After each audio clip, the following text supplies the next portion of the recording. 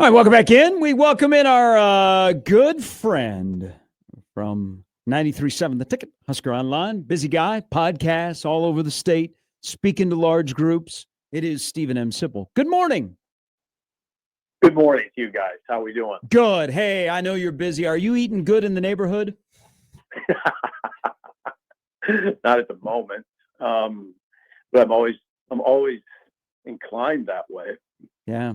Where would you go if you're going to eat good in the neighborhood? I go to Applebee's. Yep. Thank you. Thank you. The Oriental style. Yeah. Do you have Is this the greatest contribution you've had to society, allowing people to get free 6 boneless wings? Yes, it is, unequivocally. Should be unequivocally. I'm trying to think what else. There's some things I probably have done that I wouldn't mention, but I would say this is something I admit to publicly. Okay. You can do it here. What do people have to do? Because I want to give you some love because you're so kind to us. Just go into Applebee's and say Huskers. Like just when you walk in the door, or yeah, you got to rip a Go Big Red. When you sit down and face your waiter or waitress, look them in the eye and say Huskers. Okay. If there's some confusion, say there's a deal you have.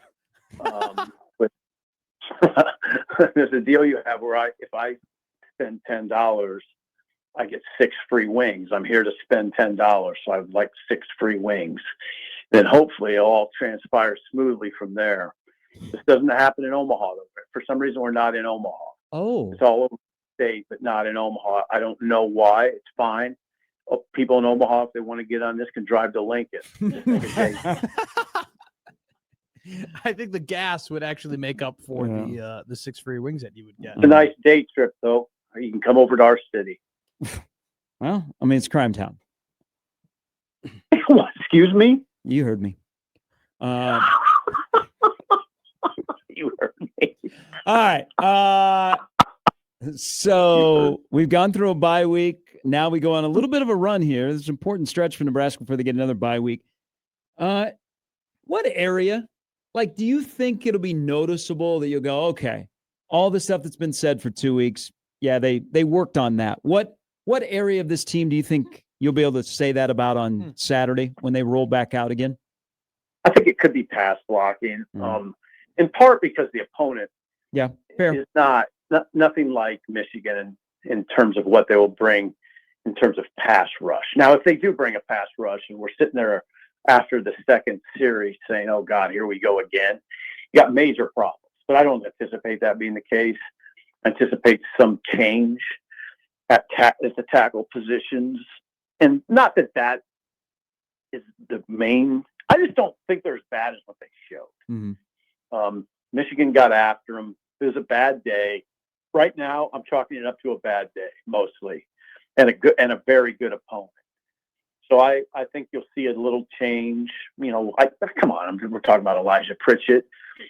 I don't have any I shouldn't say not any insight, but I don't know that I would say for sure you're going to see Elijah Pritchett either on the left side or right side. But my guess is you will. My educated guess is you will. Yeah. Maybe that'll help. So that's what I'd say. That's what I'd say. Would you say this is a must-win game, Stephen? Thank you for laughing at that. Don't do that. Why? Because Matt, I'm sort of in the old school camp that they're all must win. Okay. And if you can get Matt, just trust me, you can paint yourself into a corner by saying every game's must win. No, I'm not doing that. Would you like a more educated question, I guess, then? Yeah, whatever you want. Yeah. Okay.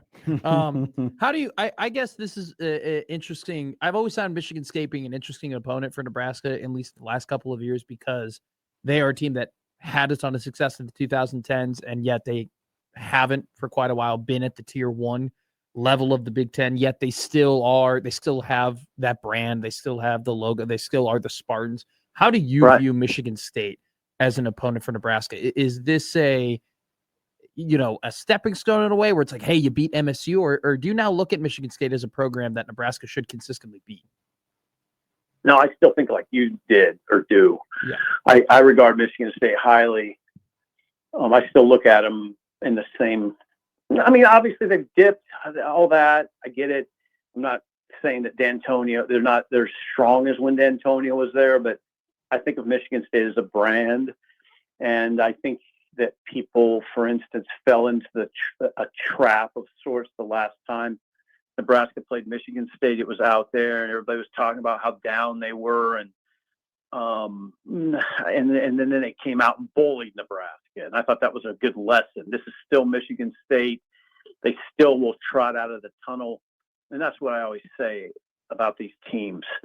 They still, when they come out of the tunnel, it's a Big Ten team coming out of the tunnel. That's not Fresno State coming out of the tunnel. That's not a MAC team coming out of the tunnel. No, not really disrespecting those teams. It's more about respecting what the Big Ten is all about. It's not a great Spartan team, and it's not a great Spartan team up front, but it's still there'll be a representative Big Ten team, especially their bigs. Mm-hmm. And so again, they're not great bigs, but they're bigs and they're formidable. They have a good center, for instance, a very good center. Their interior linemen are pretty good. Like the reason I didn't answer Gary's question about when we look at this game, when we look back on it, we'll say, did we make too much of something?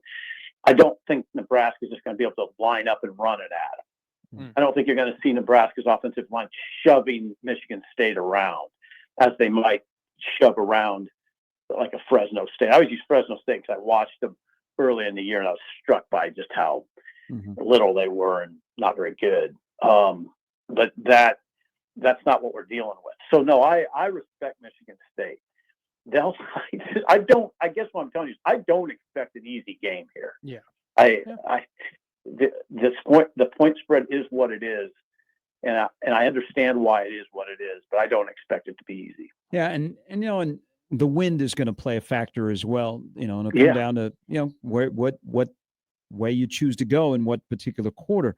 But regardless, it could be a day where both teams actually run the football and have some success if you look at the deficiencies on both sides. So let's focus on Nebraska. Do you think it's you've been an advocate from day one of, man, they got to get better quicker, and it's still a work in progress. So do you fix it in the meantime with different schemes or different personnel? Because now we think, and Matt brought him up the other day, Gabe Moore could see more action. Where do you think it lies in terms of getting a boost from the run defense? I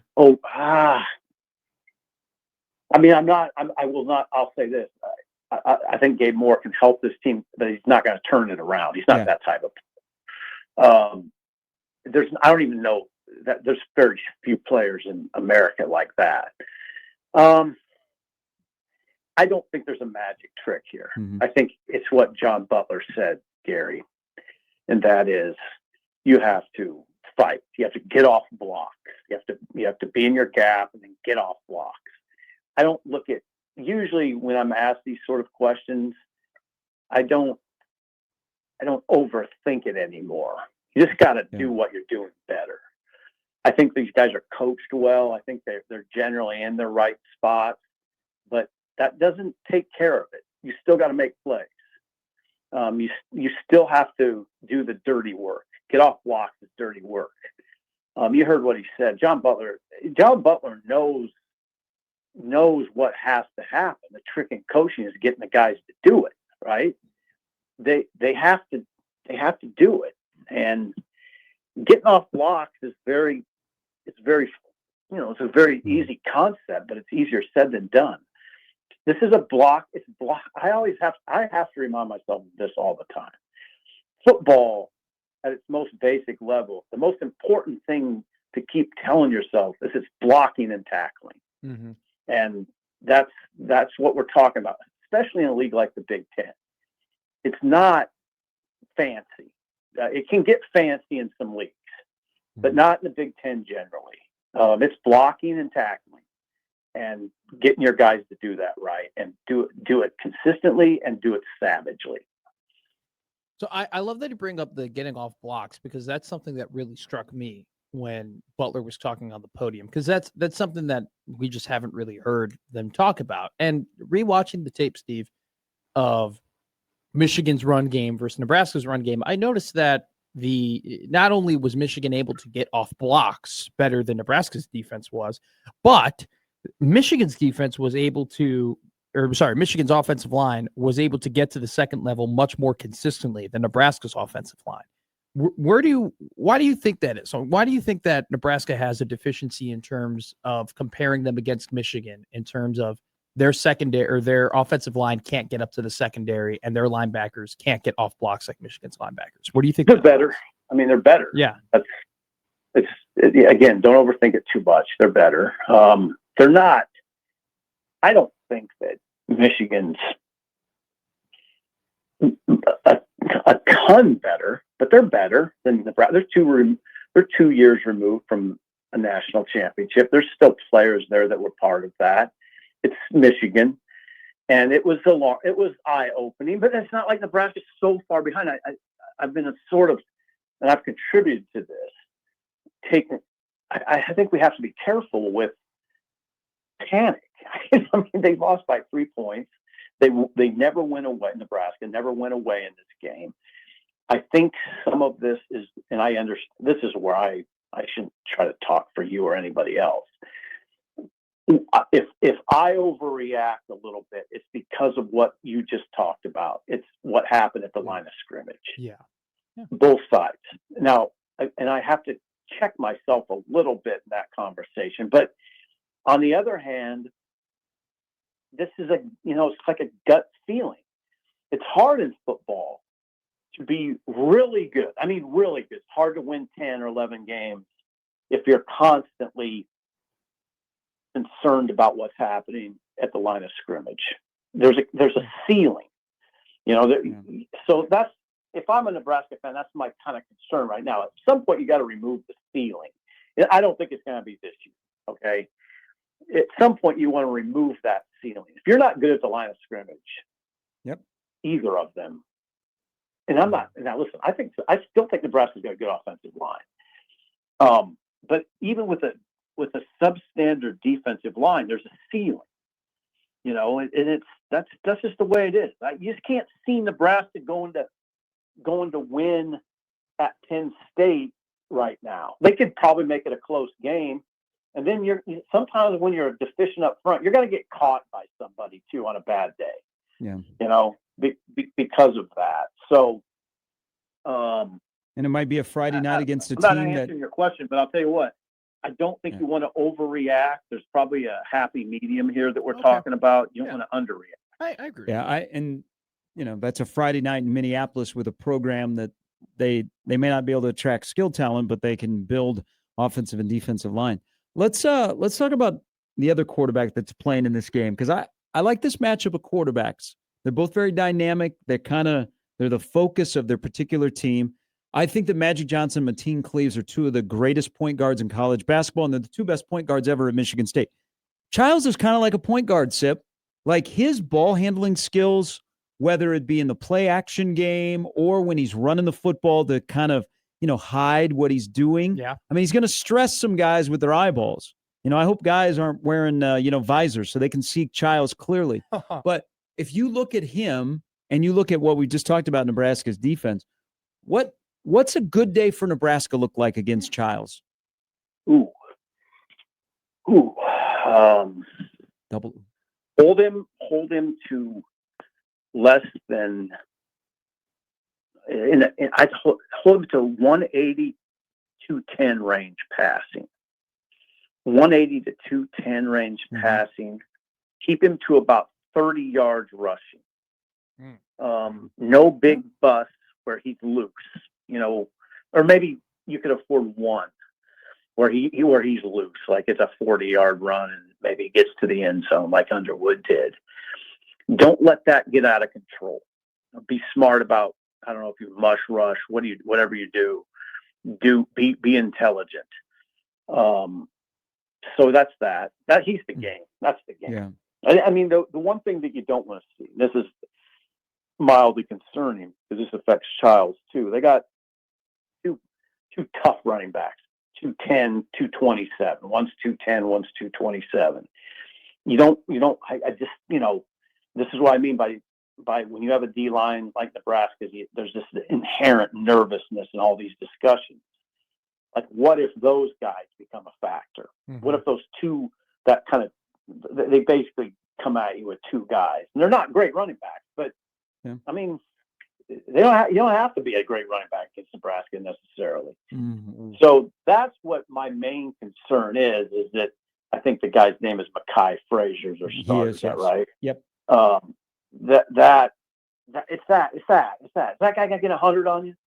Then it affects Childs in a great way.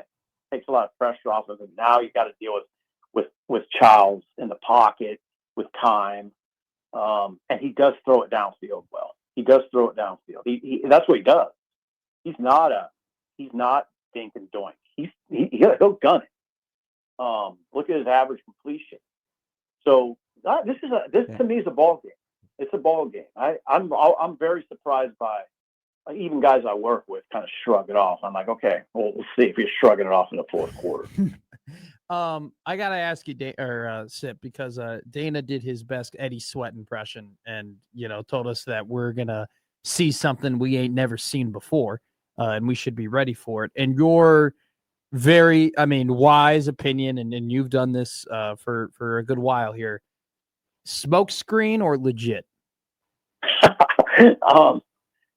There's a third option. Okay, what's that? And that is just he didn't even mean what he really said. That's kind of where I'm leaning. Like, I don't know. Like, people are asking me, so Carter Nelson's playing running back? I'm like, I did not have him on my list. Know.